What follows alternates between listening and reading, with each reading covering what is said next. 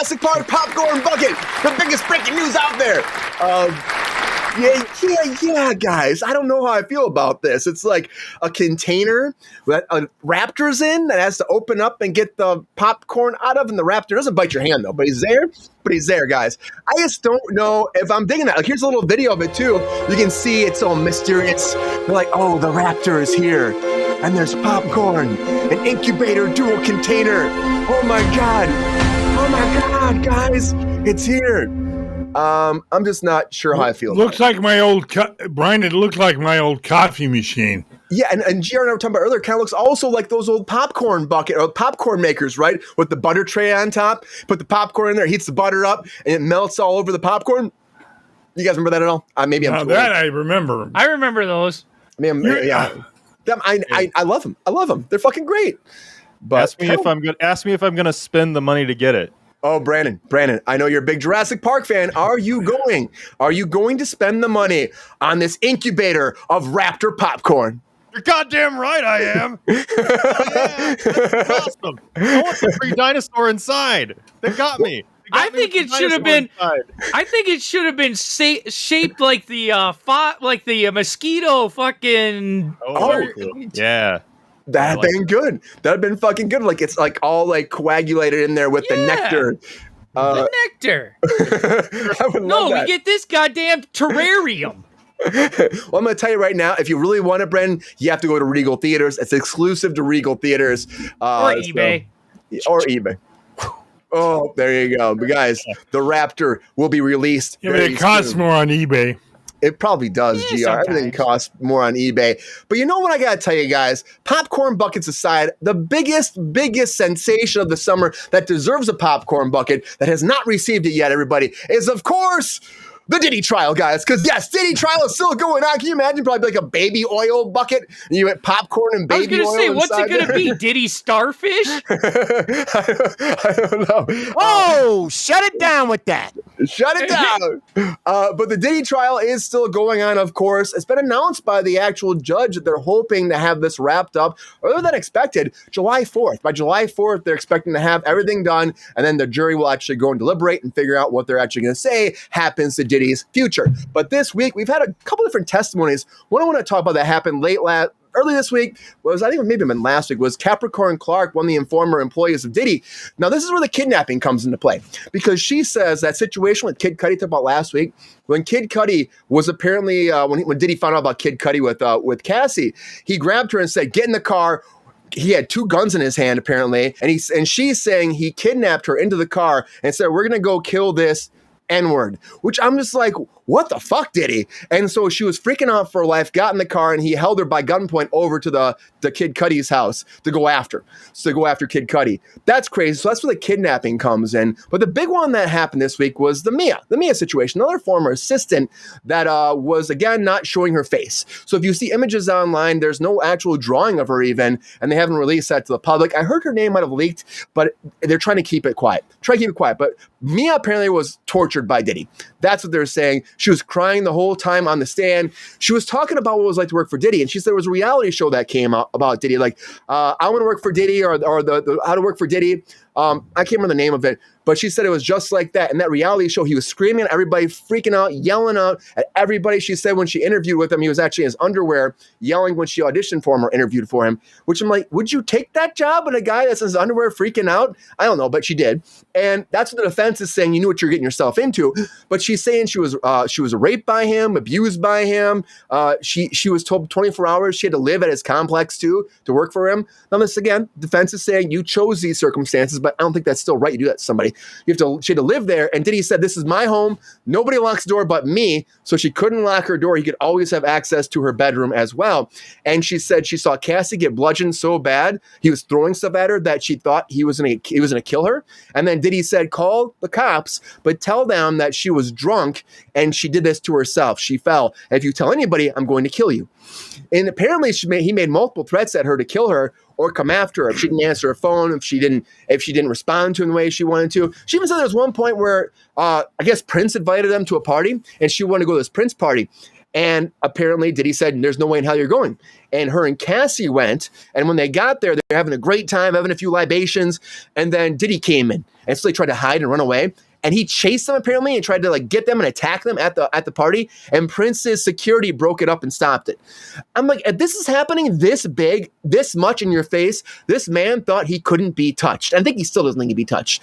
It's fucking nuts. It's insane. There's more testimonies coming. It's going to go to the defense next. I'm intrigued. You know, the racketeering stuff I said before, you had to cover 2 out of 7 charges. I think they hit it. We're going to see how the defense covers it up. I want to see if Diddy can actually get out of this or if he goes to jail. I think he's got to go to jail. I think so, but only time will tell. Because I think nothing can actually work this out. The only person that maybe could figure this all out would be a love guru, like fucking Dwayne The Rock Johnson's going to be, because Dwayne The Rock Johnson's going to be a love guru, guys, in an A24 movie called Breakthrough.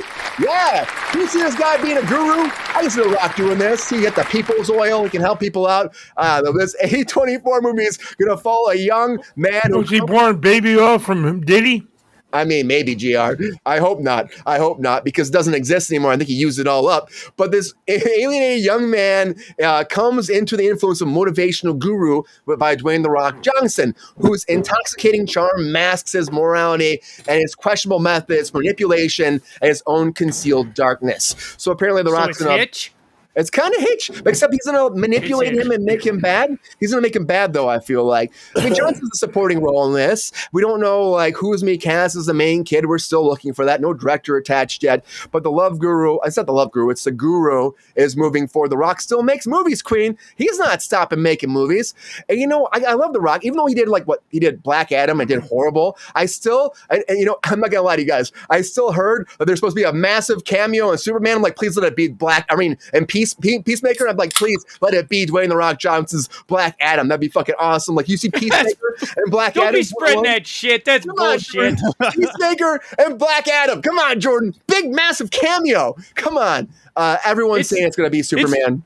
Superman. It's James Gunn. Massive to James Gunn is going to be Sean Gunn or Jimmy Olsen.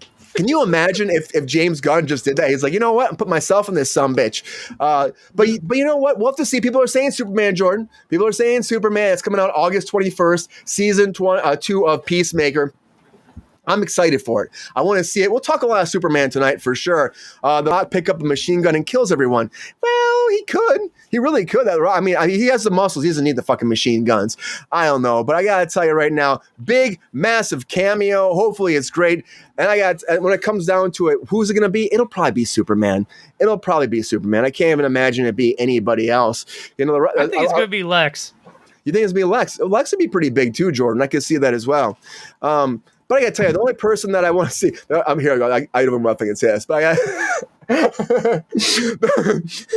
the real makers of pieces, and I'm talking about those putties were the Power Rangers guys. And the Power Rangers, oh my God, the Power Rangers had this whole thing that was supposed to happen, a whole cinematic universe, guys, and it got thrown away, which is very unfortunate. They planned this cinematic universe on Netflix, and unfortunately, it went to the wayside. They actually signed on Jonathan Estwistle in 2019 to be the spearhead to direct like movies, TV, have it all coincide and work and become one multiple universe. They want to do a multiverse of Power Rangers. It was all supposed to be like all about like the initial remake of the original ones, but the one that ruled them all was, of course, Tommy.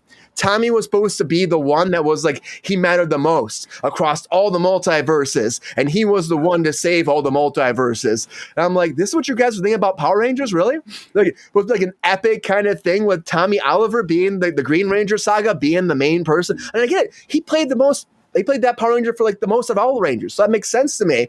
But like, I don't know. Anyways, it went to the wayside. They canceled it all. He had plot lines for TV shows, movies, cartoons, all that, and it all went away. And there's a new one actually being put forward now that they're going to still try to make it happen, currently on Disney Plus, with Jonathan E. Sternberg and Dan Schatz over there from, of course, but they're also showrunners that are coming forward to do this. And I just don't know if it can work anymore. I love Power Rangers. I'm a Power Rangers kid. You might have been one too. We'll have to see if that happens. But I wish I would have seen it. Would have been fun. But I also would have wished to have seen Alice in Chains. But unfortunately, Alice in Chains has canceled all their forthcoming headlining shows, festival appearances, everything. Yeah, Queen, Power Rangers. But they canceled everything. And you wonder why? Because they're prioritizing the health of their drummer, Sean Kinney. Apparently, he's going through something massive, and it got to the point where the doctors came forward and said, you have to stop. He needs time to actually prioritize his health. So they put everything on hold for it. And they're saying it's positive. It's positive for long-term prognosis, but because of his medical condition, they had to stop, guys. It's unfortunate, but I do say that anybody can come back. So I hope the best for the Alice in Chains. Hope they make a massive comeback, because it can happen to anybody. Like I said, anybody. Look at fucking Kevin Spacey. Kevin Spacey's making a fucking comeback, and who would have fucking thought that, right? Who would have thought that? And he's directing. He's directing the first time in 20 years, or first time in his 20 years, his whole time doing 20 years. He's directing, guys. And he's directing a whopper of a movie, if you ask me, too. It's got an interesting cast. You got Dolph Lundgren in here, Tyrese Gibson, of course.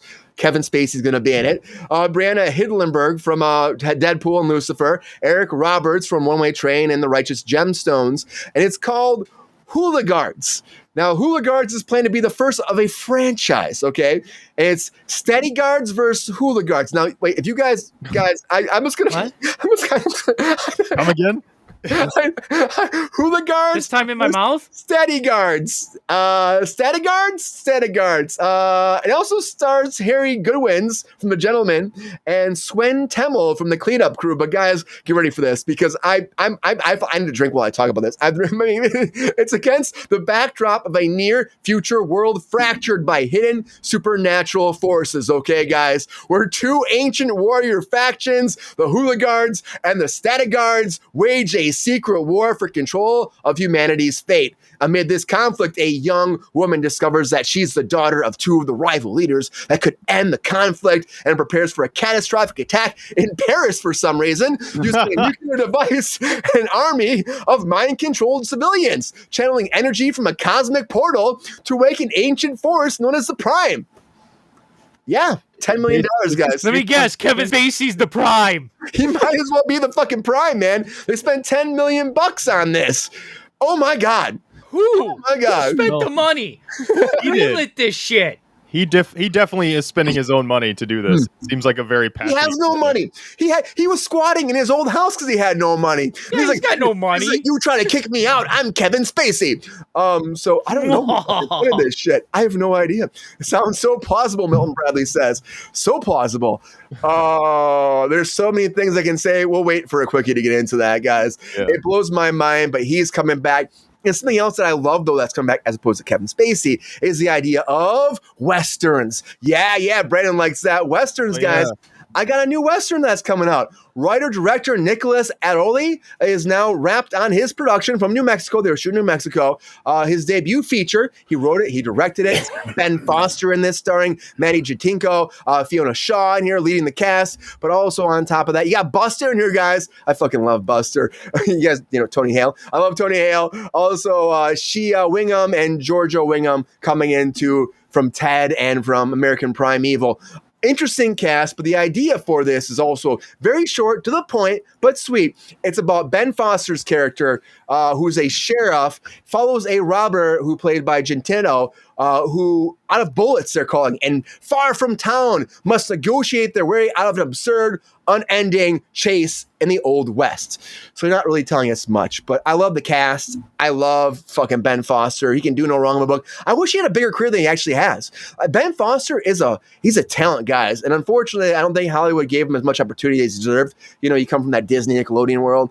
Come on, man. Give him a chance. And I love Westerns. A lot of us like Westerns. Maitland Bradley agrees. And I want to talk about Brandon about that later. But this Western is moving forward, bringing back some old school Hollywood. And what reminds me of old school Hollywood, guys, is Waltzing with Brando. I don't know if you guys have seen this trailer, but I'm going to play it for you a little bit, though. Yeah. Billy Zane. This is Billy Zane right here in this picture, guys. Billy Zane encapsulates and engrosses and embodies Marlon Brando in this. And this movie is coming out September 19th, 2025. It ran the independent circuit for a while, but now they've officially come forward. They have a worldwide theatrical release. I'm excited to see this, guys. It's based on a published memoir from Los Angeles architect Bernard Judge, and he actually was hired by Brando when Brando was alive in the 1960s to design an ecologically self-sustaining retreat in Tahiti. And that's what this movie is about. And it begins with as he's an architect, he's trying to experiment with him, and he becomes eccentric. He gets involved with the eccentric Marlon Brando, and then goes on this journey of isolation, celebrityism, and limits of utopian idealism. Idealism? I've already had too many drinks. Idealism. GR, help me out. Idolism. Thank you, GR. Thank you, man. Idolism. That's why you're here, GR. That's why you're here. It looks fantastic. I'll play that trailer for a little bit. I gotta tell you, waltzing with Brando. And I'm really upset that, of course, Michael Caine is gonna have his last waltz, his last dance, his last time to shine as an actor. But one more round of applause for you, Michael Caine, because this sounds like a great way to end it. I mean, he's like 92 years old at this point, so he said he has to end it. But Michael Caine and Glenda Jackson, too, this will be her final film as long. Both their final film is called The Great Escaper. It's going to premiere this fall in the United States. And this tells the true story of Bernard Jordan, who Michael Caine will be playing, who made global headlines across the world the summer of 2014 after staging a great escape from his care home. He got out, right? He took off, and he joined his fellow war veterans on a beach in Normandy to commemorate D-Day. Commemorate D-Day on its 7th anniversary. I've already had a few. Have another drink, Brian. You're doing fine. I'm trying, guys.